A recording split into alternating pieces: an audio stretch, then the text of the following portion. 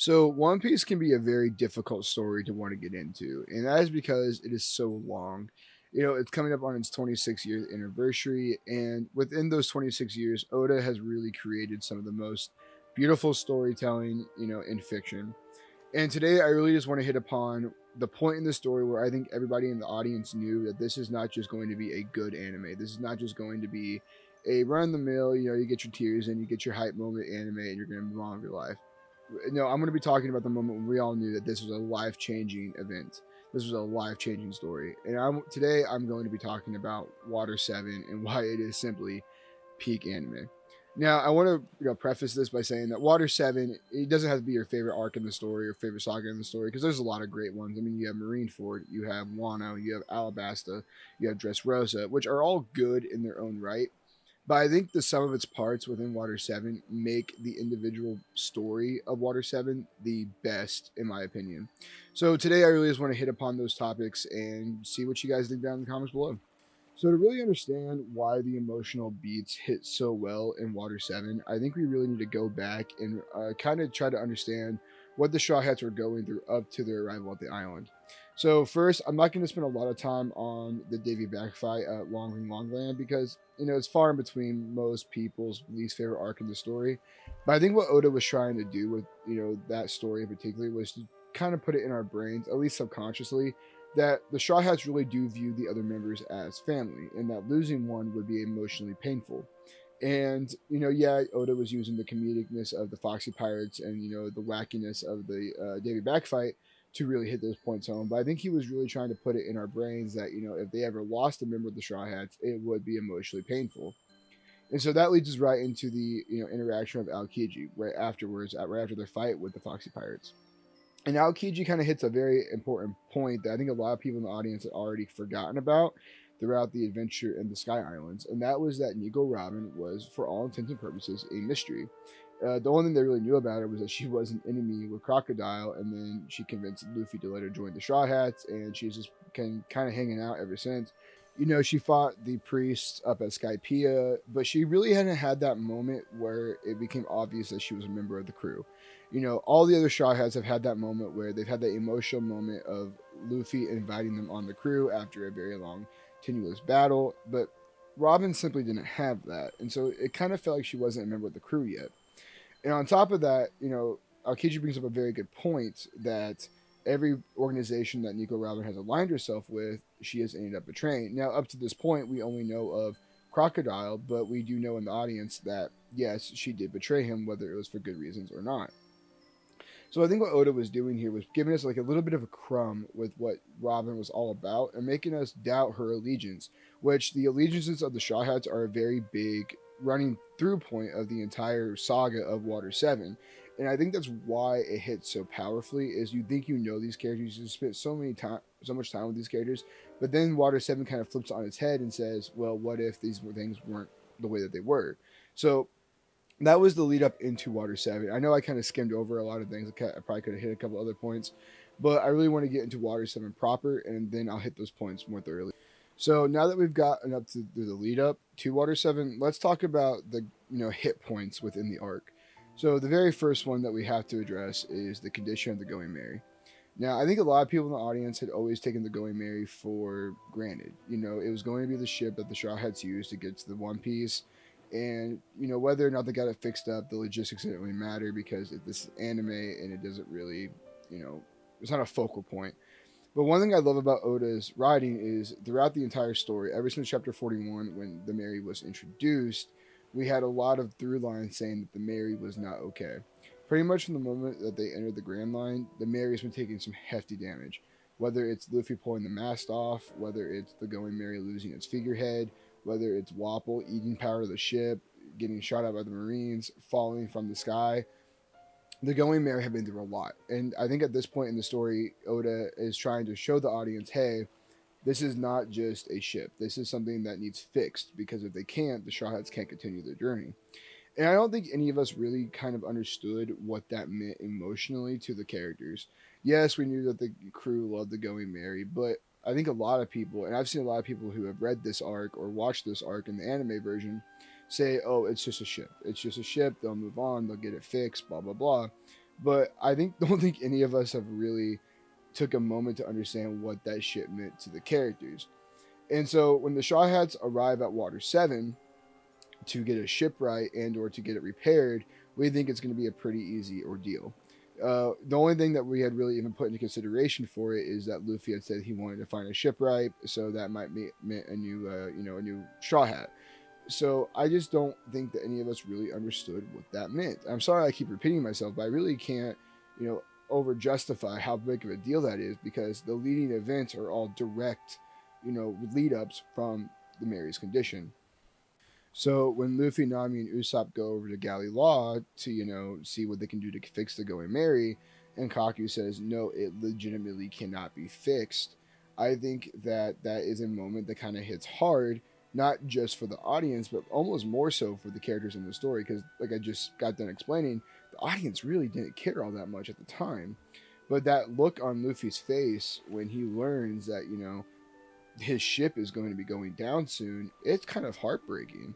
And not only that, when Iceberg says that Luffy is a bad captain for trying to keep the Going Merry going, to keep his crew on a ship that is inevitably going to sink, that hits hard because we almost sometimes forget, especially at this point in the story, that Luffy is the captain of the Straw Hats and that he has to keep their best interests in mind at all times. And it just kind of really hurts. So like I said, there are a lot of through lines throughout Water 7. And one, I want to mention this because this happens when, the three are at Galley Law. I really like how Oda kind of puts a little bit of a droplet of mystery into the Galley Law when the government officials, I think they're probably a member of like maybe CP7 or CP8, a lesser version of CP9, show up at Iceberg's office and says, hey, you have something that we want, let's make a deal. And at the time, maybe if you're paying close attention, it kind of hits you that, oh, maybe this is going somewhere. But I just like that if once you go back and reread or rewatch, this is a very obvious clue about what's going on in Water 7. So as we know, Usopp gets, kidnapped and jumped and robbed by the Frankie family. And because of this, for one, he loses the money that they were going to use to fix up the Mary, but also he is not present for when Kaku gives the final diagnosis of the Mary. Why I think this arc does the best and why it hits so hard is unlike other arcs where we might have had a few character beats or a little bit of character growth. Water 7 really gives us three super important character arcs through Usopp, Robin, and Frankie. And on top of that, we get other minor character arcs through Luffy and the other Straw Hats. And I think the character work here is more important than anything else. And the reason I bring that up is obviously we all know what happens next. But I think the moment when, Nami finds Usopp beaten on the side of the road and he says that he couldn't protect the money and that he can't face the others is a heartbreaking moment because Usopp has always been the weakest character in the Straw Hats. It's just a fact. He just has always been that character that has to be saved or has to go out of his way to use different ingenuity to beat his opponents. And to see, and we all kind of just, oh, it's Usopp, it's okay, Usopp, man, you're a valued member of the crew. But the character himself feels so useless. And I think that this is the first time that we really feel that. And when he goes and confronts the Frankie family solo, the Frankie family who, we don't really know anything about them at this point in the story, but we recognize that they are definitely a powerful little, mafia group if nothing else. And Usopp, weakest member of the Straw Hats, I think his biggest claim to fame was, defeating Miss Merry Christmas with the assistance of, Chopper. And he just, goes in there, balls to the wall, shoots out his freaking, bombs, and says, I'm going to get my money back. But unfortunately, he just gets his ass beat, and it's a violation. That's all I can really say. It's a violation of Usopp. Now, I will say that this second beating of Usopp does lead to an amazing moment where Luffy, Sanji, Zoro, and Chopper, they have one of the very famous One Piece walks, up to the Frankie house, and you have that very great moment where they open the door and they just punch down the first person they see, and the Frankie family is freaking out because that's Straw Hat Luffy. He has a bounty of over 100 million, and and he says, hey, we'll give you the money back, just leave us be. And then Luffy says, this ain't about the money. The moment that you attacked one of our friends, this was not about the money. And they just level the entire, Frankie house. I think that is a fantastic fantastic moment in the series. It really kind of cements the friendships that the Straw Hats have with one another. But unfortunately, that moment of hype is quickly overshadowed by the very next moment, because at the end of that chapter, Luffy, sitting on top of the Frankie house, says it's time to say goodbye to the Going Merry. So next we have the very emotional Usopp versus Luffy moment. And I think that the moment in the Going Merry itself, when Usopp wakes up from his injuries, is one of the most emotional moments in the story. And that's saying something for One Piece. That's saying something. But, I think a lot of people kind of think that Luffy is being too brash. He's not taking Usopp's feelings into consideration here. But I think what Luffy was actually doing is, if you actually notice, Luffy is very emotionally intelligent a lot of the times. And I think what he was attempting to do here was to make it sound like not like it was a big deal to lose the Mary, so that Usopp wouldn't think it was a big deal. And maybe that was the wrong tactic, but I understood where he was coming from. And that's kind of the point of this argument, is you see where each of the characters are coming from. You see where the point of Luffy is. Luffy is the captain. He has to make this hard decision. He doesn't want to, but that's kind of how the cookie crumbled. And Usopp, he's seeing himself as the weakest member of the crew, which he is, and he sees his captain, discarding both the ship, which is very close to him because his best friend gave it to him, but also this crewmate, the ship being the crewmate, has gotten injured. It's no longer useful, and so the captain is willing to throw it away. So what's that say about him when he is, inevitably going to get lost in the kerfuffle of all the adventures that Luffy goes on? And this is a very, very painful argument. And honestly, it hurts more than the fight itself. But and then you have that moment when Luffy says, okay, well, if you feel that way, get off my. And then Sanji kicks him. And, that's another moment where you're like, okay, is Sanji now part of this? Is Sanji going to leave? And these character beats are just amazing. I really like how the anime did it too, where the anime didn't have any music playing. They didn't have any, wackiness. It was just straight. It was just straight pain for the entirety of the episode. And I really, really enjoy that. And then we get into the actual fight, the actual, duel for the ownership of the Going Merry. And we all knew that Luffy was going to win this fight. The power gap between Luffy and Usopp was obvious from the get-go. Not only that, Usopp was injured from his run-in with the Frankie family. And we all knew that this fight was going to end in only one way, with Luffy winning. But it really brought into question was Luffy willing to fight one of his best friends? I mean, Usopp and Luffy were the closest of friends, in my opinion, on the Going Merry. And not only that, Usopp brought out all the stops to be his captain. Like, he brought out everything from the gas explosion to the shuriken to the Tabasco star to the impact dials. Like, he brought out everything to beat Luffy. A lot of people get mad at Usopp because had he pulled any of these stunts out with any of his other opponents, he would have won. But he decided to wait for Luffy. But that's not the point. But of course, Luffy one shots Usopp. Basically, he gets one good hit in, and that's it. And that's when Luffy says, "You know what? Even though I won, you can have the Going Merry. We're gonna leave both of you here. It's been fun, Usopp." And that's a really heartbreaking moment because it starts to rain, I think, or maybe it's from the tsunami that kind of got made by Usopp's explosion, but it hits the Going Merry, and it looks like it's crying, and Nami is crying, and Chopper is crying, and Sanji and Zoro are just sitting there stone faced, knowing what this means. And I think a lot of us thought that this was going to be it, that this was going to be where we lost Usopp, because Luffy commands his crew to get all their belongings off the Going Merry, and that they were going to be leaving two of their friends on this island. So now that we're past the Merry content, at least for a little bit, let's get into the espionage of this. And I think it's another really good point of this arc, is that there's a lot of mystery.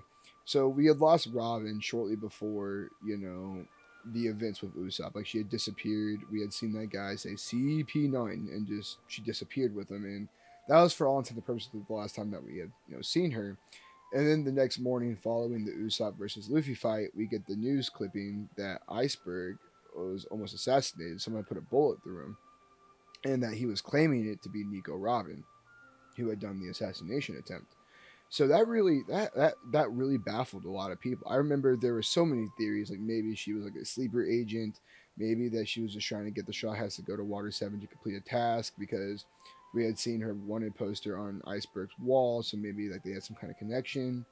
There was so much mystery here, and I think that's what really brings this arc up is that we don't get any of these answers for so long. Also, on a side note, one thing I really liked that Oda did here was after the Luffy versus Usopp fight, Luffy does not smile again until after they are on the sea train, until after they are on Rocket Man. I really enjoy that little touch, but not the point.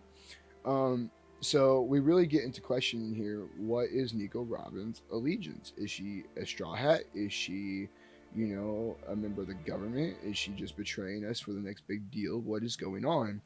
And then we get that really, the Frankie reveal that Frankie is this cyborg, which is really goofy. None of us really had any idea what Frankie was going to be doing in this arc, but it was cute. We thought maybe it was maybe a plot point, but it was really cute for what it was. But that is all besides the point because then we get into the mission to invade Iceberg's mansion, the mayor's office, to figure out what is going on because everyone kind of assumes that Robin is going to be back to finish the operation. So this is kind of the climax of the first half of the Water 7 arc. We have Water 7 saga, I should say. So all the heavy hitters are here. We have the Straw Hats, we have Galley Law, and later on we have what is known to be CP9. So all the heavy hitters are here, right? So Luffy, the crew kind of makes this plan to break into the mansion, but Luffy obviously doesn't really care one way or the other, so he just kind of barges in and immediately gets captured by CP9. He immediately gets locked up. Another really good little point here is that Polly had been ordered by Iceberg to go get these secret documents, but little did he know that they were fake, just so you'd be like a little bit of a red herring for the criminals that were going after Iceberg. It's all real good. It's all real good. And then you have that moment when Iceberg says to Robin, I know all about you. You're the demon of Ohara, and it puts the dot into the audience. What does that mean? What is Ohara? And this is all very, very great. And then we get that moment, the fantastic moment of the CP9 reveal. So up to this point, we had seen a number of masked intruders throughout, the property of the mansion. We had seen the Thorn Lady. We had seen the big guy that was hanging out with Robin. We had seen the ones that had captured Luffy and Polly. And at this point, we were just ready to figure out who these people were. And we're all in the room. We're all here. Zoro just broke in. Nami's here. Chopper's here. These mysterious masked men are here. Iceberg is here. Robin is here. Luffy just ran through the wall because that's what he does. And they take off the masks, and it is the biggest, one of the bigger plot twists of the series is knowing that these enemies have been right under our nose this whole time. I think that Oda had a great writing technique here by saying, see, they're outside the door. They all got killed. They all got killed. But nope, they weren't. They were actually the ones who were doing the killing. A great little twist there. And, we get the plot dump, the exposition of, we are CP9. We are the greatest government, secret agency in the world. We are tasked out for assassination and the due dealings the government rather not have known and all these other things. And all that is kind of beside the point because we all know that this is going to end one way. This is all going to end with a fight and that Luffy and Zoro and Chopper and Nami and maybe Robin are going to have to be a part of. And we just don't know how it's going to end until it happens. So the problem is Zoro gets one shot, Luffy gets one shot, Chopper gets one shot, and Nami gets one shot. It's pretty freaking rough. And the sad thing about it is it's all kind of for nothing because CP9 also doesn't get what they want out of it either because they can't find the freaking papers they're looking for until they realize there's only one person in this entire mission that doesn't make sense, and that is Frankie. So going over to Frankie now, you see Frankie had actually captured Usopp, thinking that Usopp was going to be a member of the Straw Hats, but it really wasn't. And this is kind of the very first time that we see, Frankie being goofy and kind of understand how he's going to fit into the Straw Hats. So anyway, CP9, they track down the Frankie family. They realize where Frankie is, but they do that after burning down the mansion, and this is kind of like an all hope is lost moment because Chopper and Nami are still in the mansion. Zoro and Luffy got thrown flying out the door. Sanji's nowhere to be found. Sanji can literally, he's not present. And this is kind of like an all hope is lost moment until, Iceberg is with Nami and says that no, Robin's still your friend. She was doing all of this to save your lives. And that moment of relief on Nami's face when she learns that, oh man, our friend is still our friend, is great. Because that's like the one glimmering light that the Straw Hats have had since their entire adventure on Water 7. So anyway, moving past that slightly, we move over to the Frankie backstory with Tom and Tom's workers and how all that is. I'm not gonna go into that. It is a really good backstory, but it definitely gets overshadowed by the backstory that we get later in the arc. But it's a very good feel good moment. Not feel good moment, but you know what I mean. It's a very good moment for Frankie. We get to learn his backstory. But that is all to say that Frankie gets captured, Usopp gets captured, the Going Merry gets thrown out into Agua Laguna, which is another factor that they have to deal with here, and the CP9 is on their way to Enies lobby with Frankie, Usopp, and Robin in tow. For some reason we don't really understand why yet. We understand that they have the blueprints for something, but we don't really know what that is too much yet. We just know that we've heard the name before from Crocodile. And so the next part of the arc is kind of delving into where Sanji has been this entire time. Sanji is normally the odd man out when it comes to the Straw Hats. For example, during Alabasta, he was the one that was distracting Crocodile so that he could go in and save the Straw Hats plus Vivi from, his trap. But this is kind of a really good moment for Sanji. Because you see, the rest of the Straw Hats are all kind of scattered. They have no real plan. Zoro and Luffy are both trapped and facing Aqua Laguna. Nami and Chopper are trying to save the other two while also getting the town, gathered together to explain what happened. So who's going to go after, Robin and have a good idea what's going on here? And so that's where Sanji comes in. Sanji, it turns out, had a pretty good idea that Robin was lying about being, a double crosser, a turncoat this entire time. So when he saw them all loading onto the train to go to Enies lobby, he took his moment. So he hops on the train and he is ready to raise complete hell. I really, really love this moment for Sanji. It's kind of like an action RPG where he's just going level after level. And the first couple cars with the train are super easy. He fights a bunch of like riffraff, military people. Then he fights the long leg, karate master, and that's super easy for him. And then he runs into, Frankie and Usopp, and he frees them so that they can have their time to shine. And this is also when we're introduced to one of the best characters ever introduced in all of One Piece. Unfortunately, we don't really know what happens to Usopp here. He kind of disappears from the story until about the end of the arc. But we get introduced to his replacement, Sogeking. And let's all take a moment to appreciate Sogeking and all of his gloriness. Yep, okay, we had our moment. That's great. So we get a lot from both, obviously, Usopp and Frankie here, as well as Sanji. We get the great fight that Frankie takes place. Against Nero, I think his name was. We get to learn more about how his cyborg body works. We get to discover, how he's kind of goofy and how he's going to fit in with the Straw Hats. Because we're all pretty kind of certain by this point he's the next Straw Hat. And then, Sanji gets stopped a little bit so he can fight the ramen guy. And then there's that moment where Usopp is the one that ends up catching up to Robin. And it's a very impactful moment because Usopp is the Straw Hat that left. He is the Straw Hat that abandoned the crew for all intents and purposes. But one thing I don't think is talked about enough is how Usopp 1000% still believed in Luffy. Like, he never doubted for a moment that Luffy was going to be the king of the pirates. He even said that. Like, he clearly stated, Luffy, you are the man who's going to be the king, but I cannot be aboard this ship when you do. Is basically his thought process. And, Usopp is begging Robin.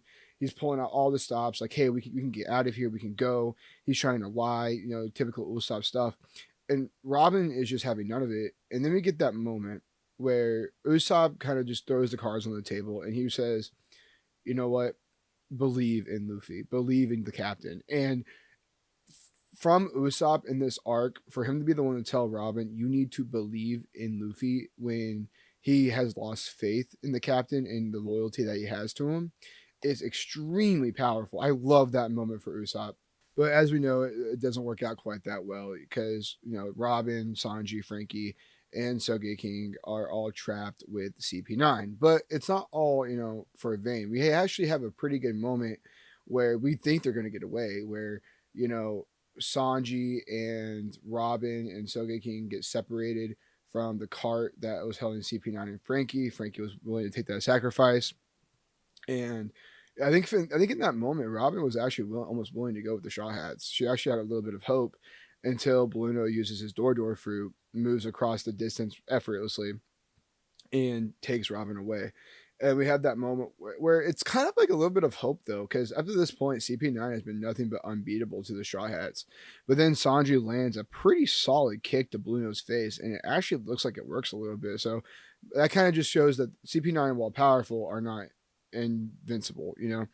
But all that to say, Bluno takes Robin back, and Soga King and Sanji are left to be discovered by the Straw Hats, which we'll get to the moment, while Frankie and Robin are taken to Enies lobby, which is at the horizon line by this point in the story. Now, to backtrack a little bit, we have to just talk about what happened with Zoro and the others. So Zoro and Luffy eventually get unstuck from their predicament after their first fight with CP9, and they all decide, hey, we need to go after Robin. Nami just discloses the information that Robin was actually the one protecting the Straw Hats the whole time. She was never betraying them, and so that gives a lot of extra motivation to the rest of the Straw Hats to go after her and save her because they're not the type of person to let someone fall on their sword for them. So they get on Rocket Man, and it's they're trying to catch up to the Sea Train to the Puffing Tom. And so we have Kogoro, we have I think what's her name, Chimney, and I don't remember the cat's name. And then we have Gali Law, and we have the remnants of the Frankie family, plus the Straw Hats, all going forward to go after Robin. And they're all riding on Rocket Man, which was the original, invention that Tom had made, but had decided it was kind of too crazy. Didn't have the ability to break or anything. So we don't get a whole lot with them. That's why I kind of like saved them for last. They're not like doing anything crazy. They're not having any great fights. I think what this group really goes to show though is that the Straw Hats really are crazy powerful compared to the original. And the way that Oda goes about showing that is that he has Zoro and Luffy take out the gigantic wave of Agua Laguna and just slice right through it, and it's kind of just a demonstration of how powerful they are. It's like a raw moment, but they don't have too much going on their way to Enies lobby until they run in with Sanji and Soge King. And when they get there, we are officially out of the Water 7 arc, and we move into Enies lobby, which really, while Water 7 arc is really good, there's great character moments. I think when people think about the Water 7 saga, they're really talking about the Enies lobby arc. So let's get into that real quick. Hey guys, so this is me editing. So I originally had recorded Water 7, Enies Lobby, and Post Enies Lobby all in one recording session and had intended to put it all in one video. But I'm sitting here editing and I just realized that I'm already 30 minutes into this video and I haven't even touched Enies Lobby yet. So I think what I'm going to do is I'm going to kind of break it up into 3 videos. And that's going to give me the ability, one, for easier digestion, but it's also going to give me the ability to really go in depth with a lot of things in Enies lobby and post Enies lobbies I kind of skimmed over during the original recording, just because I kind of could feel the video was getting a little long and I started getting a little bit lazier with it. And I really just want to give those 2 arcs the proper due because they really are the meat and bones of the Water 7 saga. So with that, I'm going to end the video here. Let me know what you guys thought down below about this video, what your thoughts about Water 7 are, and what you guys are looking forward to in the Enies lobby and post Enies lobby videos. Anyway, guys, thanks. Peace.